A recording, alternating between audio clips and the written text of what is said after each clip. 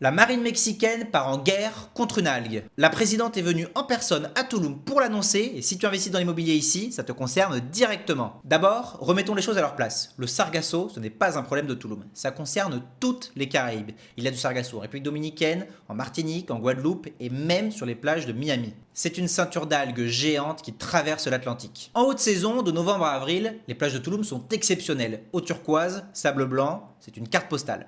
Le vrai impact, c'est pendant l'été, en saison basse, et là oui, ça fait beaucoup de mal à la ville. La situation actuelle au Quintana Roo, c'est 90 000 tonnes d'algues qui flottent au large, et 9 000 tonnes d'algues qui se déversent chaque jour sur les plages. Cette semaine, la présidente mexicaine Claudia Sheinbaum est venue à Tulum pour présenter la stratégie anti-sargasses. La solution, ça va être de ne plus les laisser atteindre les littorales et les intercepter en pleine mer avec des nouveaux bateaux spécialisés de la marine, des sargasseros. Et en plus, ça va bénéficier à l'économie. En mer, l'algue reste propre et elle peut donc devenir une ressource. À Puerto Morelos, une usine transforme déjà le sargasse en biofertilisant. C'est tellement efficace qu'il s'exporte déjà aux États-Unis. Le gouvernement veut maintenant créer un parc entier d'économie circulaire pour attirer les investissements de transformation. Et à Tulum, la première usine de Sargacreto, du béton créé à partir de ces algues, a déjà ouverte. C'est d'ailleurs 15 000 tonnes de Sargacreto qui ont été utilisées pour faire tout le sol extérieur de la station de Tramaya. Est-ce que tout ça va régler le problème dès cet été? Soyons honnêtes, non. Mais quand la présidente se déplace 4 jours et met la marine sur le dossier, ça veut dire une chose,